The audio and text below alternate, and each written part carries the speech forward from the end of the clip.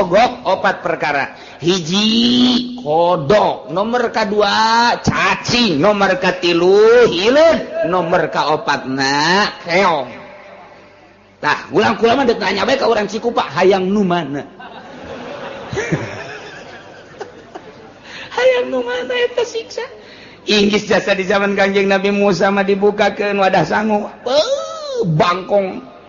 Bangkong urang asup ka kamar teh anggal segala rupa piinu ku bangkong kamar, asal di kaluar-luarkeun timbul di bangkong hese teu bisa sare di kursi bangkong di mana bangkong bae. Ieu keur masak ngagolotrok bangkong di dinya. Masyaallah, ai geus azab mah kos kitu. Iki cacing. Kuari coba eta di Jawa Timur, ya Allah ya Rabbi, hileud garayap di kaluarkeun hileud deui beak daun-daunan, beak tatangkalan ka imah-imah geus sabaraha poe teu bari sasare, nilib sare ge. Moal bisa ku kitu ya mah jak kudu tobat ka Gusti Allah Subhanahu wa taala. Geus dimimitian ku tsunami Aceh urang teh, kemudian ku bitu gunung, ku gempa daerah berdaerah, kemudian di Jepang anu luar biasa, diurang saeutik deui hampir jasa ieu. Nu mantap kudu loba istighfar ye, Banten teh keur diancam bae ku Gusti Allah.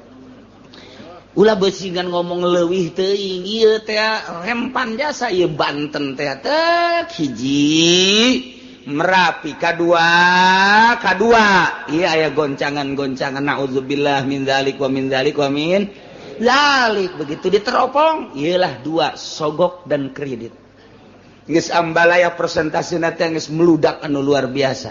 Mantap lobakeun maca eta teh la ilaha illa anta subhanaka inni kuntu minaz dzalimin fastajabna lahu wa najainahu minal ghammi wa kadzalika nunjil mukminin. Eta bae dikembangkeun ku urang terus beranjeun peuting. Ieu bahaya sesogok teh geus teu ngarasa haram. Riswah teh ar-rashi wal murtasi, padahal ieu pinar nu nyogok jeung nu narima sogokan narati wa bial ibadamu takidi minum musara wa minum duriju bidamin makana hadza jazai nasatu lakum an tukhlifuni bisuin fi dhawi rahimi. A'udzu billahi minasy syaithanir rajim.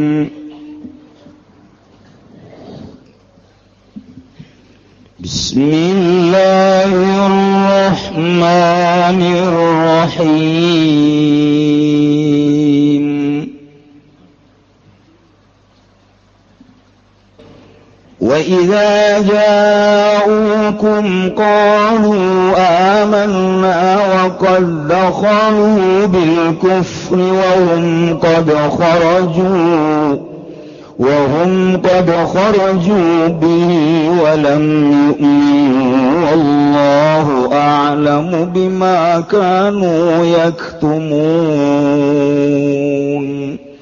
Wallahu a'lamu bimuradihi. Wa idza ja'ukum lan tatkala tararaka ya munafiqul yahudi kabeh kumisira kabeh munafiqul yahudi tegas kang munafik kabeh saking yahudi.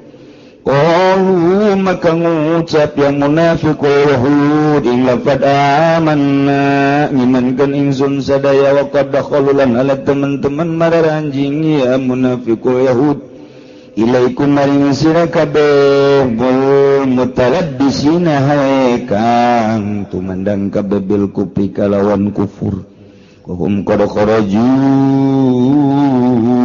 lan hale utawi yang munafiqul yahudi ku teman-teman metu yang munafiqul yahud min indikum saking sanding sira kabeh talabisina harekang tumandang kabeh bihi kalawan kufur walam yu'minu lan hale orang imankeun yang munafiqul yahud kabeh. Wallahu a'lamu lan utawi Allah iku kang maha uninga bima kanu yaktumun kalawan barang kang ana yang munafiqul yahud kabeh iku ngumpetakeun yang munafiqul yahud kabeh ing umat minan nifaqi nyatani saking nifaq. wa tara katsiran minhum yusari'una fil ismi wal 'udwani wa aklihimus suhad labisa ma kanu ya'malun wallahu a'lamu bimuradi wa tara lan ningali sira Muhammad katsiran ingkang akeh minhum kang tetep saking Yahudi tegas Yahud syari'una padagagan ya Yahud kabeh atawa ya katsiran kabeh yaqauna sayan tegas nibakeun ya katsiran kabeh ale age fil ismi ing dalam dosa al kadzib tegas goroh wal udwani lan zalim wa klihum az-zulm tegas zalim wa aklihim sunnan mangan ya kasiran kabeh ing haram al haram tegas haram karisat ya pirang-pirang sogokan labi sama kan amalun yati saala-alane apa barang kang ana ya kasiran kabeh iku minggawe kasiran kabeh ing amalau ming bagawana ya kasiran hadza iki amal لولا ينهاهم الربانيون والأحبار عن قولهم الإثم وأكلهم السحت لبئس ما كانوا يصنعون Allah alam bimurillahillah nata orayan hak nyegahum ing katsiran sapa rabbaniyuna ulama Nasrani kabeh wal ahbarulan ulama Yahudi kabeh minum sagung Yahudi atawa pendeta engkau saking ucapan katsiran al-itsma ing dosa al-kadzibat tegese goro wa aklihim lan mangane ya katsiran asuta ing haram bisa makan ya disala alane barang kang ana ya katsiran kabeh iku yasauna migawe ya katsiran kabeh ing ma atawa kitulah bisa makan ya disala alane barang opo barang kang ana ya rabbaniyun wal ahbar iku migawe kaya rabbaniyun al-ahbar kabeh hu ing ma taraka tegese tarkunahim tegese ninggal nyegahe ya rabbaniyun al-ahbar maka yasaunahu tarkunahim tegese ninggal nyegahe rabbaniyun lan ahbar kabeh masih keneh nyaritakeun tentang karakter-karakter Yahudi di zaman Kanjeng Nabi Muhammad sallallahu alaihi wasallam. Yahudi datang ke Kanjeng Nabi ai dipayuneun Kangjeng mah dipayuneun para sahabat nyana teh ngomongna ngeunaheun jasa jelema pinter ieu Yahudi rek ngabantu rek berjuang jang ngomongna ge kami mah iman tumanya kami nu ngarti ka Taurat teh iman ngeunaheun ngomongna tapi di mana-mana geus kaluar mah nyana teh ngajebiah inkar bahkan nyana ngamusuhan ka Kangjeng beserta para sahabat samping ngamusuhan deui nyana membangun kekuatan untuk meruntuhkan Kangjeng Nabi bahkan siap tempur perang merangan Kangjeng Nabi Muhammad gitulah karakter Yahudi teh. Masyaallah. Urang hidup di tahun 1430 sekian. Berarti geus 14 abad urang di zaman Kangjeng. Teu pernah bareng urang sareng Kangjeng, teu pernah bareng jeung para sahabat, teu pernah bareng jeung Abu Jahal.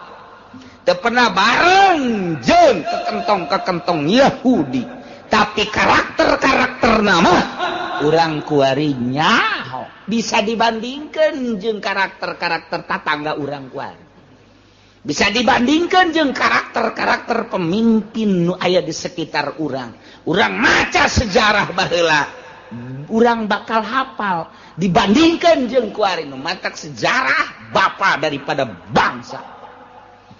Urang kudu mengenal sejarah dieuweukeun ieu ku Amerika teh sejarah-sejarah teh dek dieuweukeun di antarana kuari aya tafsir baru buatan orang Mesir bersekongkol jeung Yahudi tafsir tersebut dileungitkeun sejarah ngabidahkeun nyana teh ngaji bangsa Jalalain ngabidahkeun nyana teh ngaji bangsa tafsir Munir ngabidahkeun nyana ngaji bangsa tafsir Kasyaf tafsir Fahrul Razi tafsir Ruhul Bayan dan lain sebagainya sebab cek nyana tafsir tersebut itu adalah buatan manusia-manusia ortodok yang tidak pernah tahu tentang situasi dan kondisi ya wari aya tafsir baru sih hade di jerona nyaritakeun gegede nama tentang Yerusalem Masjidil Aqsa. Di jero eta tafsir teh aya ke cerita tentang Masjid Aqsa ayat 3 ternyata di jero tafsir eta Aqsa nu asli Aqsa anu sarua zamana harita jeung aya Aqsa anu buatan baru. Aqsa buatan baru mah eta teh geus teu dipercaya tinggal aya deui dua deui. Nurutkeun cek di tafsir eta nu asli teh Aqsa nu ieu lain nu ieu Aqsa nu ieu mah lain Aqsa disebutna Masjid Umar. Tah sebab di dieu kuari keur digali geus teu asing deui aya simpenan Raja Sulaiman berikut aya kuburan Kangjeng Nabi Sulaiman alaihis salam tapi teh teu beunang-beunang. Begitu dikeker aya ternyata wah eta teh bandang barang non kitu garana simpenan Kangjeng Nabi Sulaiman emas teh berlian teh yakut dan lain sebagainya tapi datang ka kuari teu beunang-beunang kesulitan orang Yahudi gitu tapi ternyata memang menurut peneropongan jeung satelit aya di dinya maka kuari dek dibongkar total Masjidil Aqsa teh geus lain di mimbar bae dialihkeun lantaran besi perang dunia Aqsa nu asli ieu heula disebarkeun ke tafsir sia ada engke sih ada tak engke aya penelitian ke unggal-unggal daerah di Indonesia khususnya lantaran terbanyak pesantren sedunia adalah di Indonesia mulai engke ye di Indonesia diinstruksikan bakal aya 24.000 pesantren nu bakal didatangkan 1.000 pesantren 1.000 pesantren bakal diteliti teteh jerona ngaji nanaon kitab mana baik tercampur henteu jeung sekolah nu yayasan mah geus teu dianggap pondok pesantren ulah beja-beja ieu urang bae nu ngaji bae mah ulah beja-beja kanu saja ieu mah urang bae geus nu ngaji engke kiai di itu ngaji kitu deui engke kiai di lembur ngaji kitu deui atuh nyaho kabehan kaje seluruhnya 24.000 pondok pesantren nusantrina ieu sa Indonesia aya 7 juta nu keur diopenan ieu teh tah na ieu 1.000 pondok pesantren engke bakal aya penelitian ngaji naon bae fan terus engke kadituna dua alternatif imma erek diganti make kurikulum wa imma erek diperkuat kesalapanana lantaran melihat kehancuran moral bangsa Indonesia jauh dibandingkan jeung 20 atau 30 tahun katukang teh sangat beradab Indonesia di dunia ieu tapi setelah kuari ieu hancurna sarua jeung luar negeri contoh aya tawuran baheula mah urang ngadenge di Inggris di Jerman kuari nu tawuran urang Cikupa baheula nu gontok-gontokan teh ieu adalah supporter Juventus Inggris baheula tapi kuari mah ieu supporter susia nyaho sia aja sia meureun eta kok kitu coba teu karu ieu akhlak dek dikamanakeun ieu anak-anak urang nu karak SMP nu karak SMA berarti eta teh calon-calon pemimpin anu kalaluar ti unggal lembur sakumaha siraru butuh dukungan teteh kos kitu teh tapi di satu sisi moralna deuk kumaha polisi sampikeun ka geus bingungeun da polisina ge sarua ieu deuk kumaha coba ieu kakarage awalan anu geus korban terbunuh dari tawuran tersebut geus sabaraha puluh mungkin ratus ika karake sabaraha tahun tumbuh model kos kitu encan 10 tahun ke depan bakal kumaha melihat dari sudut eta ulama kuari keur mempersiapkan ke depan bagaimana. Setelah diteliti satu-satuna hanya pondok pesantren nu bisa ngadidik akhlakul karimah. Nah, engke ieu bakal diteliti, ulah kaget. Nya para kiai tenang bae, mun ditanya, ieu kumaha naon bae kitabna bejakeun. Hatul muin. Naon deui? Riyad, naon deui? Takrib, naon deui? Sapina. Anu perug besar naon? Sapina. Kajeun geus pokona. Mun ditanya engke ka dituna, siap kan teh ieu teh disejajarkan dengan formal? Tidak siap. Dek disejajarkan jeung SMA, jadi urang teh boga ijazah. Engke ijazah pondok pesantren teh bisa pake asup ka cinglung. Ka egel. Atau kemana bae. Nah iya, kompak kabeh utuh ulama nu 1000 teh ya. Engke sabaraha persen nya na teh ieu suarana. Lamun 60% siap untuk disejajarkan, jadi berarti pakai kurikulum. Tapi lamun 60% tidak siap, tidak jadi pakai kurikulum, tetap akan diutuhkan. Ilah akan dijadikan sumber dari segala sumber pondok pesantren. Tinggal kumaha kiaina. Lamun kiaina kuari bisa disogok, kiai bangpak sama kos kitu. Kita kiai be atuh disogok atuh kumaha hansip. Sudah caritakeun cak hansip kula mah teh emang. Ieu kiaina bae. Dek milih make nungguan saha nu mere duitnya tolol. Heuh teh pas sagede kiai eta sagede kiai. Tah eta kos kitu. Nah ieu engke bakal aya tafsir-tafsir. Sebab naon? Nyahoeun Amerika. Kekuatan di Irak adalah ieu orang-orang anu selalu naon kitu ngaranna memperkuat tafsir-tafsir, sejarah-sejarah. Sedangkan sejarah adalah bapa daripada bangsa. Geus dipiceun teh ka sungai Tigris baheula teh ku orang Yahudi. Peradaban buku peradaban Islam teh geus dipiceun ka sungai Tigris timbul deui kuari. Mata kewalahan. Selalu aya atuh hadisna Bukhari jeung Muslim teh apan terus-terusan dibaca, ditafsiran terus. Datang ka kuari tumbuh deui ieu teh di dunia teh anu memperkuat kesalapan masih alhamdulillahirabbil alamin ku Yahudi dengan cara dimodernkan wari teh encan sukses. Mandak eta mah bakalna moal tamanu kos kitu mah bangsa yayasan-yayasan moal didatangan ieu mah pondok pesantren salaf 1000 jumlahna bakal didatangan. Diteliti engkena teh. Nah ieu tinggal suara terbanyakna mempertahankan salaf apa mempertahankan modern engke bakalna aya tah.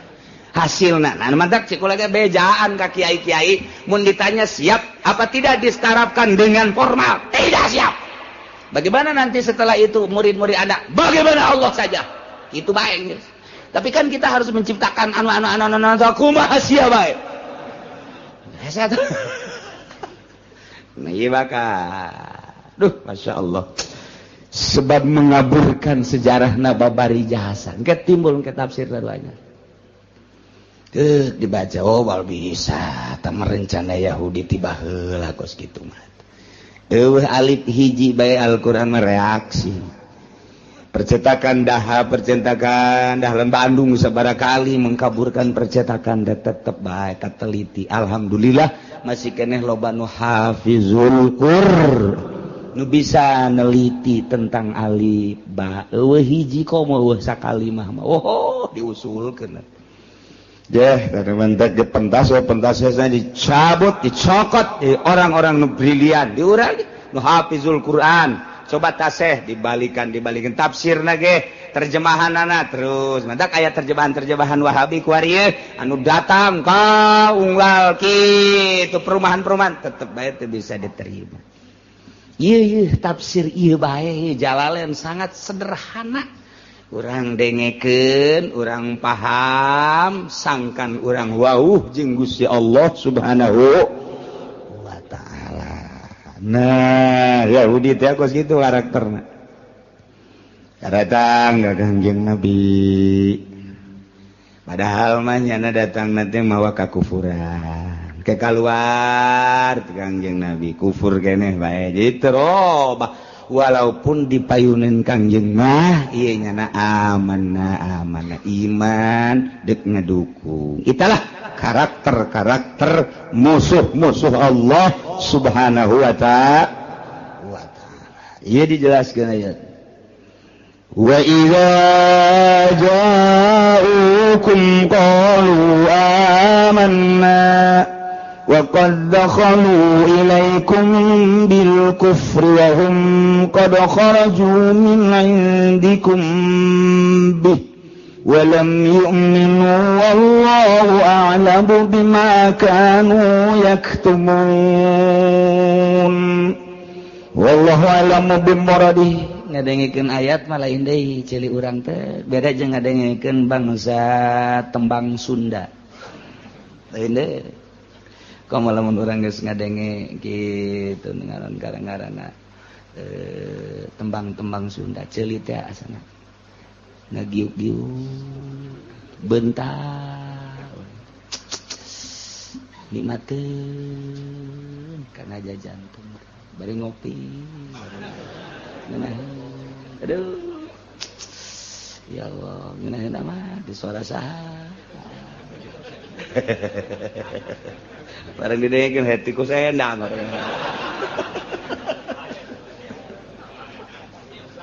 aduh Gusti Allah geus jadi santri Cilongok wari heti ku sendang barang der bae ngadenge Al-Qur'an lain deui asa di badugan bae hulu dak diduk komo nu di juru mah kabadug Quran ngaranna entak lamun aya nu nundutan berarti eta nya keur kabadug Al-Qur'an sial cenah pugu aing nu nundutan sial emang sial sia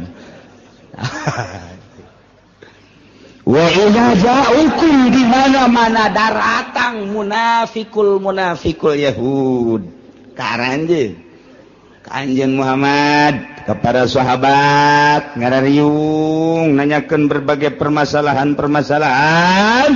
kumaha nya ngomongna qalu cak Yahudi amanna kami ngimankeun ka Anjeun Muhammad dipayunin para sahabat atuh kami tepan macaan Taurat dina kitab Taurat tepan aya keterangan Nabi akhir zaman ieu Muhammad teh memeh maraneh geus kami leuwih ti heula ngeunaheun biasa ngomong tinggal di bejaan bae besi dek berjuang melalui naon bejaan kami dek dukung andai kata kudu perang kami ti heula sebab kami nu leuwih nyaho amanna kami geus imankeun leuwih ti heula ka Muhammad teh menih Muhammad aya ku kami geus dibaca-baca keteranganna ku ari geus aya manya kudu mundur kami eta Yahudi teh kos kitu masyaallah ngunaheun kadengena wa qad dakhalu ilaikum bil kufri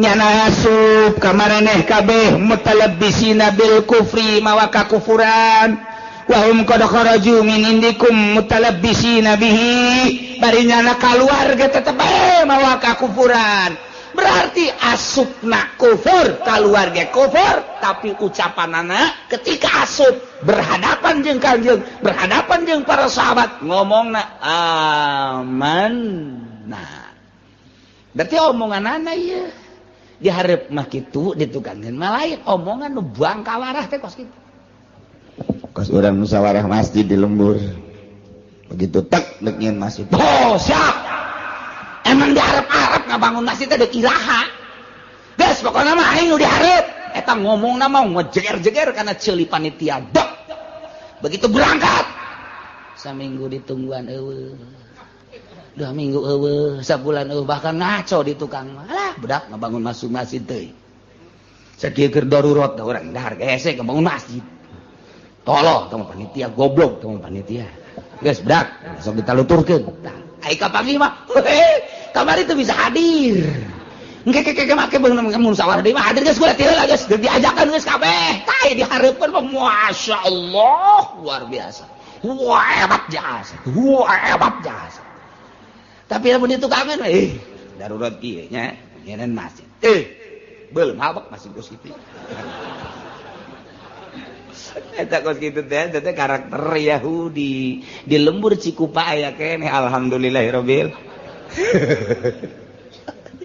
Juga lembur aya keneh.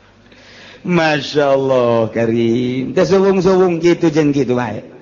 Datang ka kiamah terus bae anu negakeun Al-Qur'anul Karim moal eueuh la yazalu taifatun. Moal eureun segolongan zahirina alal haq terus bae. Kajen teuing situasi jeung kondisi rupa luar biasa. Baheula zaman obor kuari zaman listrik. Baheula zaman surat kuari zaman SMS tetep bae nu taifatun zahirina alal haq moal suwung-suwung. Di luar negeri, di dalam negeri, di negara Islam, di negara kafir tetap baik janji Allah melalui hadis itu diucapkan ku Kangjeng Nabi tetap baik moal eureun taifatun zahirina alal haq bakal aya bae saurang bae mah di hiji negara bakal aya bae di negara mana bae bakal aya bae atuh tangtu bae musuhna bae bakal aya bae turunan Abu Jahal ternyata aya nengtet di Cikupa. Eta tah nengtet. Nengtet teh jeung nongtot kakak adik. Nengtet mah leuwih leutik tibatan nongtot. Kos betik jeung betok. Betik teh leutik libatan betok. Padahal eta keneh. Tuh kos kitu. Nah ieu terus bae. Maleun bahkan kadugalan beuki akhir zaman beuki tumbuh pesat. Nu zahirina alal haq beki saetik beki letik beki saetik beki tapi tetap aya eta teh janji la yazalu taifatun zahirina alal haq tetep bakal aya bae di saat batur teh breg ngilu kabawa caah ka ditu tetep bae bakal aya bae jelema nu teger nyaritakeun Al-Qur'anul Karim nyaritakeun hadis Kangjeng Nabi tanpa pamrih eta mah janji bakal aya bae jang ngoboran masyarakat. Eta mah geus nyaho mah sabodo dibedakeun haram ya haram atuh terus bae eueuh masalah eta mah emang meureun bakal dijadikeun suluh neraka ieu tah mah eueuh masalah dijadikeun suluh doang dibulak-balik dibalik-balik pake ngarerab tah eta mah geus sabodo bae ngan tetep bae bakal aya bae muncul bae dah muncul Gus Dur di Indonesia diakui atau tidak diakui dunia telah mengakui lantarannya ada bakal merubah negara yang tahu hanya orang-orang tertentu keambil ku Amerika gulingkan kadangnya Saddam Hussein dengan gaya seperti Saddam Hussein geus kanyahoan ku Yahudi keambil ku Yahudi bahaya gede habiskan timbul deui Qaddafi keambil ku Yahudi teh kieu ieu mah karakterna teh zahirina alal haq teh bermacam-macam kumaha situasi jeung kondisi jeung nagarana tak di ulamana Said Maliki baheula di Mekah teh Yahudi geus ngomong bae hancurkan Said Maliki hancurkan tapi nu mampu ya mawat dengan biasa bae Osama bin Laden tetep bae menggemparkan dunia kajen kumaha ge informasina ulah aya nu bagus-bagus bakal muncul bae percaya atau tidak mengaku atau tidak justru Yahudi ngalawan Osama bin Laden kos-kos kitu mah zahirina alal haq teh kos kitu tak per kabupaten per provinsi per negara bakal aya bae sekup nasional atau internasional zahirina alal haq teh aya bae sakedeung atawa kebelna lain urusan urang urusan Allah ngan Allah teh kos kitu bae sejarahna tetep bae manusia teh supaya aya bae nyaho bae kana hukum teh tetep bae aya lantaran engke masih di sidang ketika persidangan akhir di mahsyar engke maneh kunaon penalawa kunaon milu ka Yahudi apa informasi aya cakabehan teh di tahun sabaraha maneh hirup tahun sekian saha zaman harita raja anu kiaina saha pernah maneh ngadege informasi pernah nurut apa henteu neraka sia jam persidangan sia hirup tahun sabaraha 2000 sekian zaman saha SBY kiaina saha bae UJ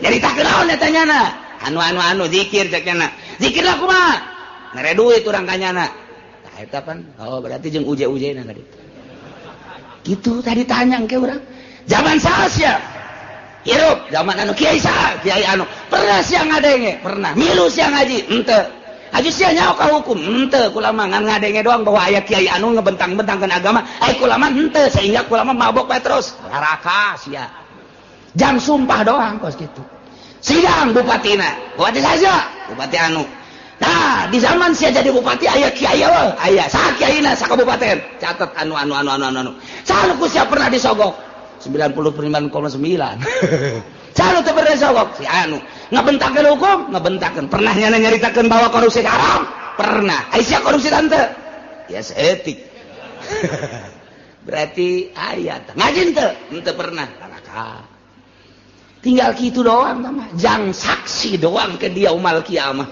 aya bae zahirina alal haq murni jangan sumpah ke sia hirup di tahun sabaraha sekian aya kiaina aya nyaritakeun naon hukum nya osok ceramah osok aja sia milu kadinya aja sia ngalakukan henteu kula manuturkeun we surga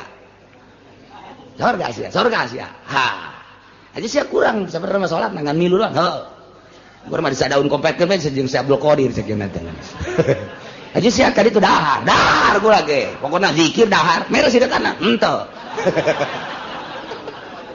kula sia tuh mere kabeh wajib tukang daharna ieu kula mah tukang daharna oh geus nu tukang daharna geus ka surga bae geus ka tapi kumaha jang saksi doang Masya Allah zahirina alal haq teh kos kitu tetep aya bae anu teger per dunia per kabupaten per kecamatan per desa aya bae sadesa sak RT ge aya bae RT tah eta teh jang saksi engke teh urang disidang saurang Masya Allah nah iyalah karakter Yahudi teh seperti itu asup ka Kangjeng Nabi nyarita amanna kaluar ti Kangjeng Nabi mah lain deui padahal asup jeung kaluarna tetep bae mawa kakufuran berarti aya anu terselimut di dalam hatina aya anu tersimpen di dalam hatina aya anu ditutupan ye di jero hatena bajar teh meureun teh nyahoan Gusti Allah mendak diteruskeun ka dieuna walam yu'minu wallahu a'lamu bima kanu yaktumun padahal nama asup jeung keluarga tetep bae teu iman ka Kangjeng Nabi sama sakali berarti di jerona aya anu tersembunyi wallahu a'lamu Gusti Allah maha uninga bima kanu kana rahasia kana nifaq kana munafik nifaq nu aya nu tersimpen di jero hatena majar teh teu nyahoeun padahal Gusti Allah mah maha uninga kana kanipakan anu tersimpen di jero hatena urang ge kuari teh dipayuneun mah sumuhun di tasa tukang mah teu abeh urang ulah kanyahoan bisa bae ku jelema mah teu kanyahoan tapi ku Gusti Allah mah emang aya nu rahasia eueuh kanyahoan jang nyumput urang teh kanyahoan bae pangneangankeun hiji tempat nu teu kanyahoan ku Gusti Allah mun aya mah urang kadari itu dek maksiat urang di ditu ngeunaheun mabok zinah judi ya eta mah pulo eta mah teu kanyahoan ku Gusti Allah teu kadeulean mun aya pulo nu teu kadeulean ku Gusti Allah asana sameter 100 juta dibeli bae neukon deuk keindahan di ditu teh abeh teu kanyahoan ku Gusti Allah tapi pan teu aya kabeh ge kanyahoan ku Gusti Allah la libagin min mafar tempat lumpat jang maksiat ka Gusti Allah jadi urang di mana bae atuh kanyahoan urang di imah leuleut TV Allah manyahoeun wah sia kudu nonton TV bae kadeulean kok kanyahoan ku Allah urang susumputan dek nonton golek deh ya urang mah kiai ieu make kumis palsu make jenggot palsu deu ulah kanyahoan ku masyarakat ternyana teh sok ngaharam-haram sakorodong haju asup ka handapeun panggung aju di dinya nya ngarokok bae lu telah cilik teu kanyahoan inget ngadengekeun dalang untung bae eta sindena teu kieu mun kieu nya kasih kakihan sinden bareng tanggah teh waduh dek lumpat bisi kanyahoan kiai teu lumpat cakena kajeun lah bil barokah teh kanyahoan we ku jelema mah bisa menghindar ti jelema mah tapi ti Gusti Allah moal bisa cak Gusti Allah sia menghindar ti makhluk ti sekitar sia hayang ulah kanyahoan majar teu meureun ca aing teu nyaho aing teh neuleukeun ka sia aing nyaho ka sia eueuh jang mabur Yahudi nu dipayuneun Kangjeng Nabi kos kitu disatukanin mah teu ieu teh Allah mah wallahu a'lamu bima kanu yaktumun apa lain Gusti Allah mah kanu disimpen di jero hate para Yahudi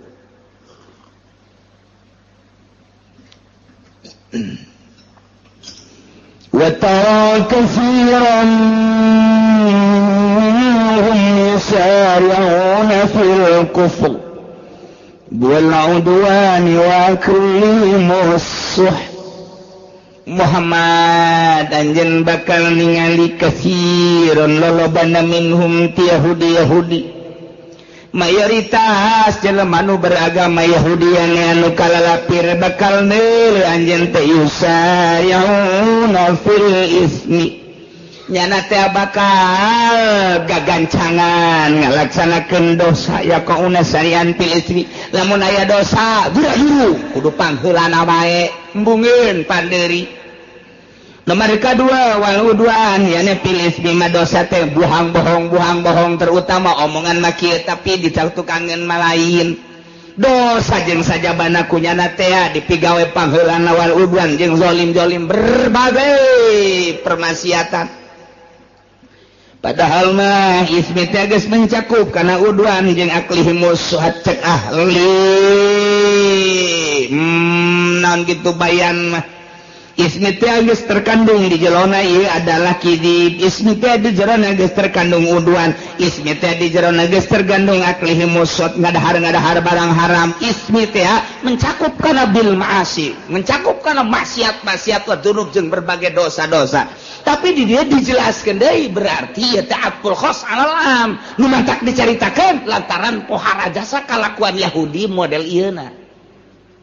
Mana hiji Yahudi mah omonganana lain deui per menit lain deui isu kieu sore kitu di hareupeun mah kieu disatukankeun melain eta Yahudi madak cekolot baheula mah Yahudi mah okos keuyeub di mana-mana keuyeub cicing waduh nya mah ieu cacakipna ge kaluhur matana ge molot tapi mun toel de lempangna mundur eta keuyeub nu matak Yahudi nu aya di urang eta adalah keuyeub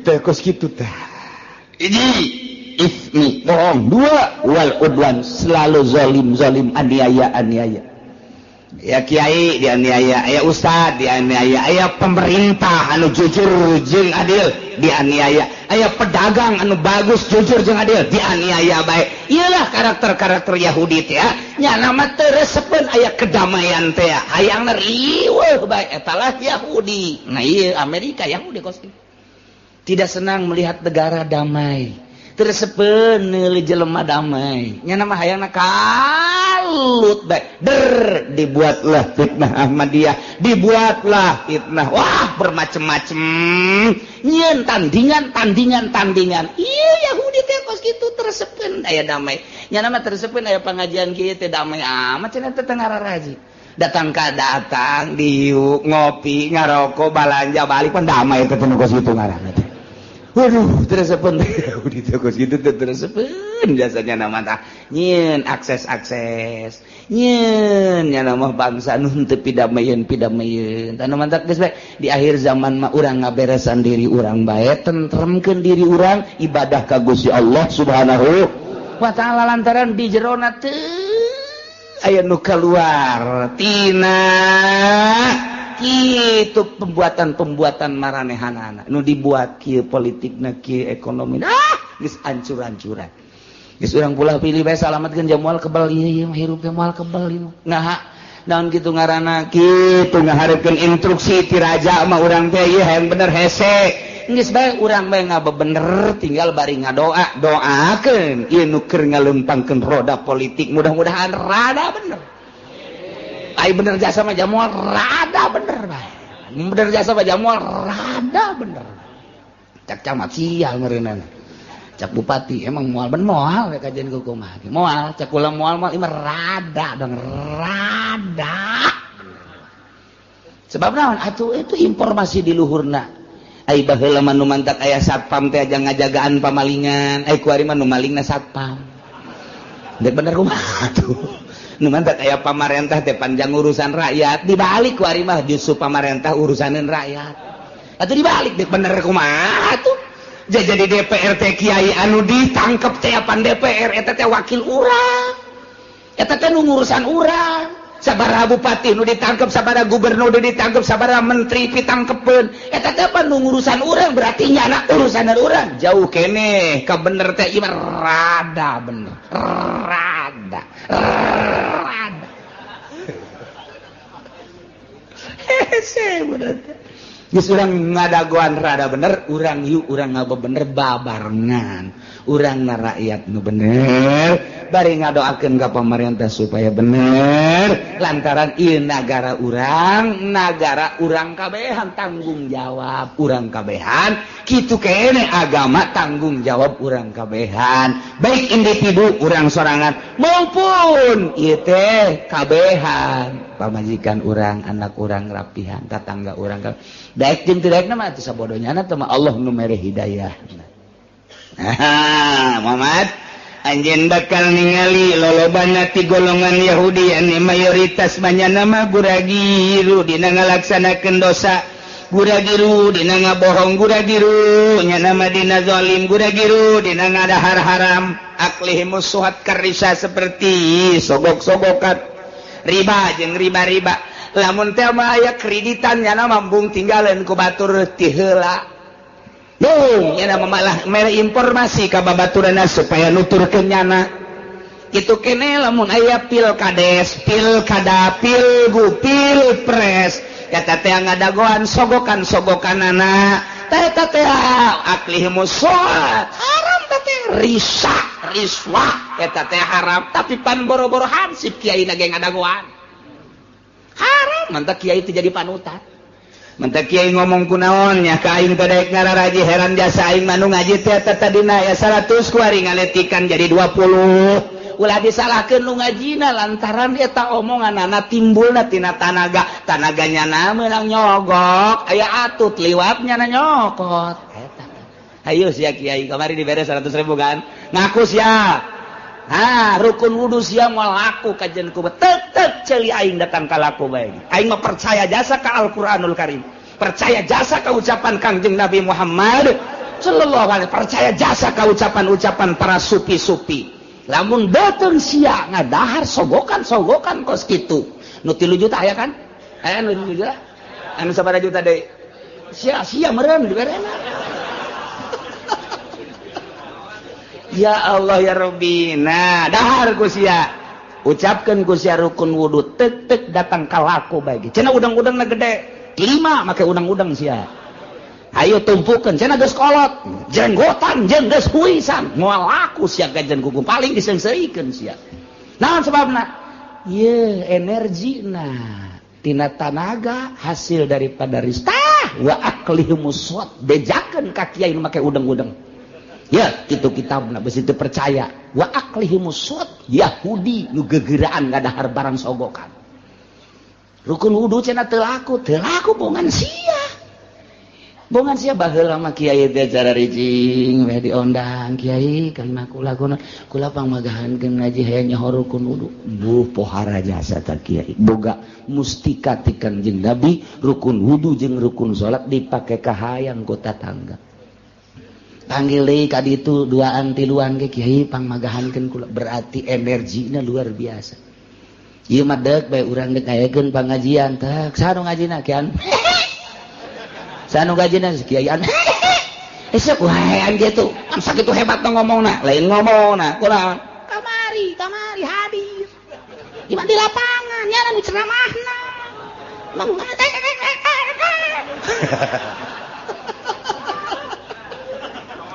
Ayo sia di Cisoka di barare kiai duit di Belaraja sebelah raja di pasar Kemis ayo mah ngabejakeun doa ulah disalahkeun mun rukun wudu sia sanajan geus tamat fatul muin sababaraha kali geus diiring dicaringin di mana tapi energina pake kos kitu ulah sambat kanian ieu wa aklihi busut santaran aya karakter Yahudian di jero.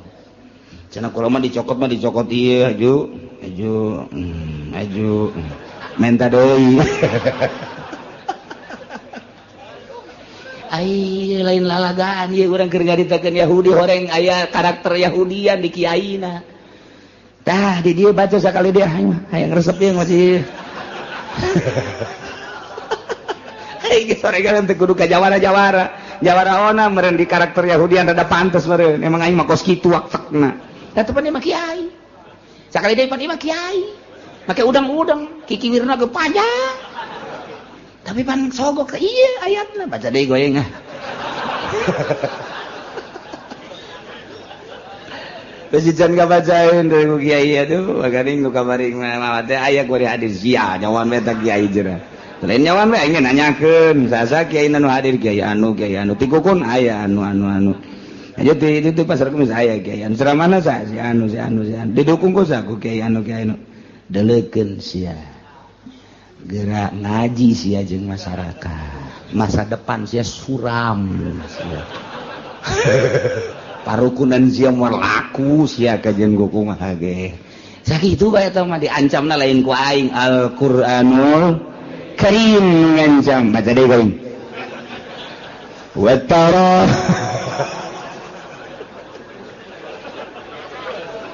aduh lo pakai ti cisoka yang ngararaji kamari dibere duit.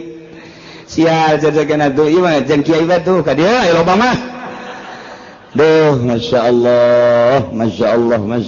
Inggis lain masalah ilmiah na apik na. Baheula mah boro-boro disogok ayat tek bae nu eka embungeun ngadaharna kurang can bisa ilmuna. Baheula korban teh set embung kurang can bisa ieu narimana ilmuna beusi salah ieu teh pan ibadah lain daging sambarangan. Ku ari mah pan kiai ngatuh. Ceker enggak ditu. Ka ditu tanduk. Kulit babagi ka ditu. Dagingna ka imah teh.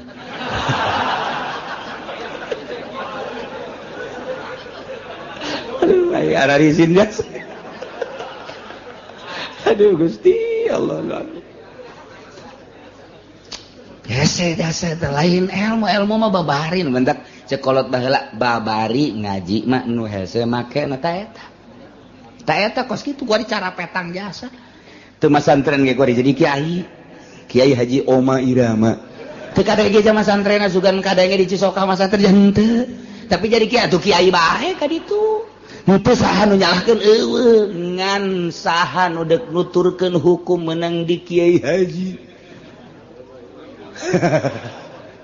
Dan kiai-kiai sederetanana lain ngahinakeun mangga hak masing-masing teh dakwah mah tapi kudu ngaragap dada di mana aing mah santren baheula dakwahna tuh nya mah kuduna di panggung bae dakwahna teh ulah di masjid jana mah jeung geus ngadengekeun ge make anting make kongkorong ka dieu tah kongkorong emas kongkorong anjing dipake ku nya kitu atuh dakwahna marilah kita dengarkan jeng ya anda dakwahna kos kitu ulah di masjid make sorban ulah lain potongan atuh nya nama tah kos kitu jadi nya nama dakwahna dengarkan ya tidak ada Tuhan selain Allah la ilaha illallah aduh Gusti Allah henteu salah ngan kos kitu dakwahna sek sugan hiji dua atur milu kanyana ngan haji di masjid make udeng-udeng mah dakwah lain kos kitu sakarakter dakwah teh asal di jerona ikhlas insyaallah.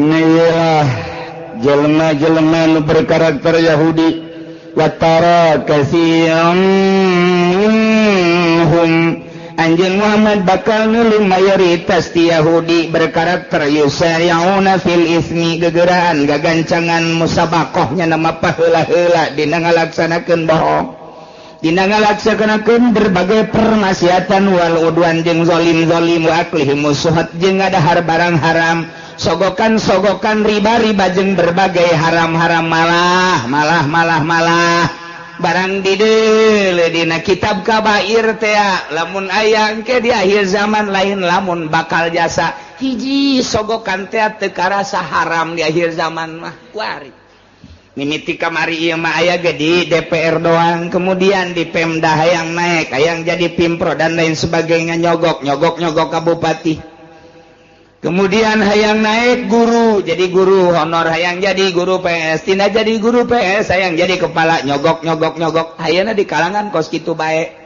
kitu kene hayang boga naik jabatan polisi misalnya tina beret hiji kana dua tina balok hiji kana balok dua atuh cek urang mah nyogok-nyogok teuing balok di mah aing ge loba panggul we los ku sia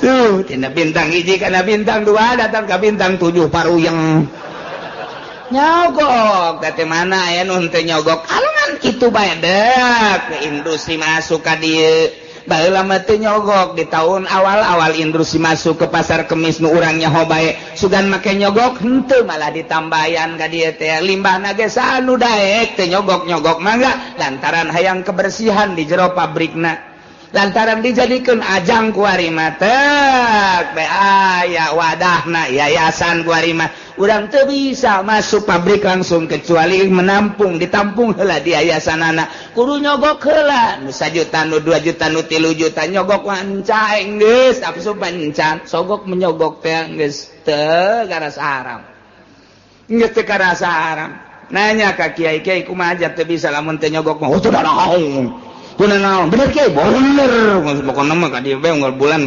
ngadoakeun cek teh teh kiai upload deui sarwana kudu tegas hei kumaha ieu lamun teu nyogok teu bisa ulah haram hideuk sabodo sia eta mah geus nyana di alam ku Gusti Allah oh berarti tegas adapun nyana dek durut deuteur urusan nyana ulah kieu puluh ya peleh kiai kumaha aja lamun teu nyogok mah teu bisa nya teu bisa heuh nya hesenya oh kiai yang teu bisa jasa cuma tuh atuh teu naon lah sakali-kali mah teu naon kesia lamun geus asup atuh ka dieu sering mau jeruk ka aing nya kiai potongan goblok gawe eta kiai Allah mah lain kitu kiai jatuh bisa ieu mun urang jadi pemda teh mun teu nyogok teu bisa kata haram geus balik cenah nurut teu nurut urusan nya ngan kiai di alam ku Gusti Allah oh cak Allah kiai aing sia naik derajat sia rajan teu boga mobil oh masalah geus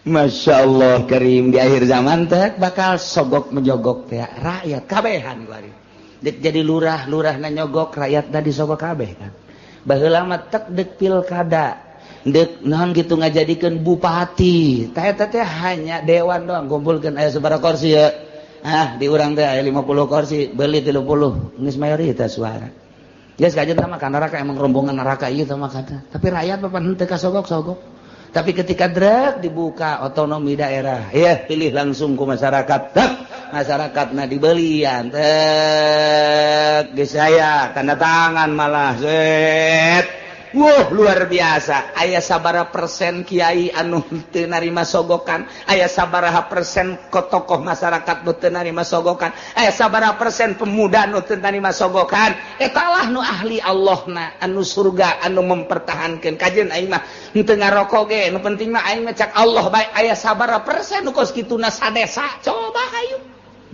masyarakat geus disogok kabeh riba kabeh aya sabaraha persen nu teu ngridit kagincu-gincu ngridit kabeh ngridit nah ieu engke lamun ngridit bakal dibere azabna 3 rupa hiji bangkong bakalna bangkong loba sekos zaman Kangjeng Nabi Musa alaihissalam nomor kedua cacing ke Singkarayap nomor katilu hileud kuari di Jawa Timur hileud 3 kecamatan Ambalaya hileud riba teh riba jeung sogok nomor kaopat nah opat perkara ieu keong bakal keong mah geus loba di Karawang baheula di Bandung di Garut di Tasikmalaya asal geus Ambalaya riba jeung sogok 4 perkara hiji kodok nomor kadua cacing nomor katilu hileud nomor kaopatna keong tah ulang-ulang mah ditanya bae ka urang Cikupa hayang nu mana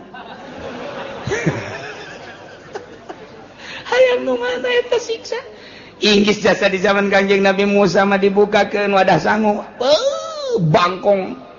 Bangkong urang asup ka kamar teh anggal segala rupa pinu ku bangkong kamar asal di kaluar-luarkeun timbul di bangkong hese teu bisa sare di kursi bangkong di mana bangkong bae ieu keur masak ngagolotrok bangkong di dinya masyaallah geus azab mah kos kitu iki cacing tah kuari coba eta di Jawa Timur ya Allah ya Rabbi hileud garayap di kaluarkeun hileud deui beak daun-daunan beak tatangkalan ka imah-imah geus sabaraha poe teu bari sasare nyilip sare ge Mal bisa ku kitu ya mah kudu tobat ka Gusti Allah Subhanahu wa taala geus dimimitian ku tsunami Aceh urang teh kemudian ku bitu gunung ku gempa daerah berdaerah kemudian di Jepang anu luar biasa diurang saeutik deui hampir jasa ieu nu mantap kudu loba istighfar ieu Banten teh keur diancam bae ku Gusti Allah ulah beusingan ngomong leuwih teuing ieu teh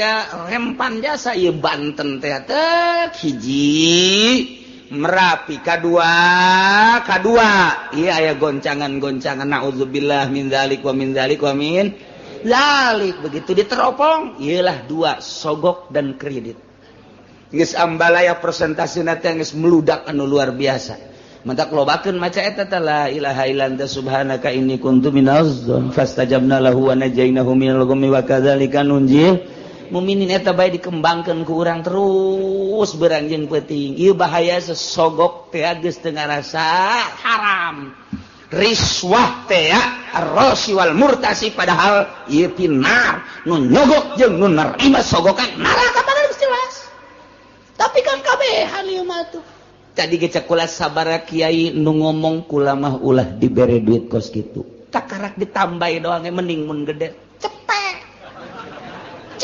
doang ya baik naon cepet Masya Allah Karim sabaraha ustad malah dikekentongan aku kiai ayo tanggung jawab mama mama tanggung jawab kayak di akhiratku mama disafaatin lain safaatin ayo geus ku mama geus ulah ngadengekeun kiai kiai nu ngaharam-haramkeun jeung mamang ke ka neraka jahanam udah di akhir zaman geus kos kira nah nu riba geus teu didengekeun malah kiai nu nentang kana riba tidak ada riba tidak ada ieu mah hanya dimuajalkeun riba nu kumaha nu teu riba geus dibahas teh kos kitu teh muamalah riba tapi tetep bae kiai nu nentangna sabodo teh nah iya di akhir zaman bakal ambalayah nu kos kitu engke diberena 4 perkara di samping nu tadi teh idza zulzilatil ardu zalaha digunjang ganjing tanah ikhwan riba jeung riswah teh ambalayah bakalna zulzilatil ardu zilzalah wa akhrajatil ardu athqalah nah eta digunjang ganjing ku urang geus kadeuleu ku mata ieu geus kadeuleu jasa timimiti tsunami datang ka gunung datang ka goyang-goyangna sagala rupa geus tapi tetep bae urang teh ditegor ku Gusti Allah dinasehatan ku sungut mah geus teu bisa dinasehatan langsung ku gempa ku Gusti Allah tetep bae teu kana nasehatan buang ka warah jasa pohara ieu antara sogok jeung riba teh pohara jasa Masya Allah berarti ya ambisina geus ambisi duniawi kabeh timimiti kiaina geus puguh pejabat lama atuh geus tinggal digoyangkeun bae ku Gusti Allah jacak Allah teh eta mah siksaeun aing sia ngarunya ka bapa sia ngarunya ka anak sia teh mah siksaeun aing cek Gusti Allah balikeun gebrek sekian ribu pae banjirkeun tsunamikeun emang siksaeun aing cek Gusti Allah kajeun teh aya ahli aing hiji mah ku aing jadi salametkeun ieu tah mah dipilih keneh ge kan kadeleuna doang ku mata ambalayana ieu teh mata sing hade jasa sing hade ieu geus kadenge ku urang teh kamari ieu mah atuh keong ieu kuari mah ieu masyaallah hileud bulu ateul kana geus 3 kecamatan kuari lain tambah merembet geus 4 kecamatan beuh mun diliwat di Jawa Timur dek bae ka Tangerang na Cikupa Jaya Citra pan di dinya mah Pasar Kemis mah moal diliwat ka Ciku sekepata aman Pasar Kemis sekali tukar aja tinggal Pasar Kemis dong sakali guskeun Jayapuri cenah di dinya aduh Gusti naudzubillah min zalik wa min zalik la ilaha illallah hese jasa hanya beberapa gerintil tapi tetep bae aya bae nu tersentuh haram disalametkeun diri urang anak urang pamajikan urang eureunnan urang ngeureudit salametkeun urang tidak sogok menyogok sabareurit sia aya nu nyogotna beureut 200.000 mah naik atuh 500 mah naik atuh 1 juta 1,5 juta lah tawar menawar Gusti Allah mantap kurang imah sakadar nyaritakeun ti pemerintahan mah geus tibah heula sogok menyogok guru-guru geus tibah heula sogok menyogok teh nya kemudian lapangan kerja Tanjung Priuk dan lain sebagainya geus ti heula tah mah sogok menyogok teh limbah pabrik nu tadina digratiskeun lantaran ayeuna mah aya kamangpatan nu luar biasa sogok menyogok malah jadi huru-hara gede kuari mah nu endek asupna ge make sogok menyogok deuk milih pemimpin ge sogok menyogok mana kuari nu aman tina sogok menyogok mana henteu aya nu kieu saurang bae lah aing mah geus mah terus gitu disogok ieu teu bawa bae ka ditu ke milih mah kumaha teh bae itu teh tawaran kredit teh mal sada bagus teh jelema teh bagus teh hampang teh ibadahna ka Gusti Allah pasti jasa hampang aman tina sogokan aman tina kreditan eta karakter Yahudi teh kos kitu teh musabaqah gagancangan guru-guru dina ngalaksanakeun dosa zalim jeung ngadahar sogok-sogokan termasuk riba-riba lebih sama kanu ya malu yakin panggoreng-goreng na pagawean Yahudi nu dipigawe ku nyana model tadi emang eueuh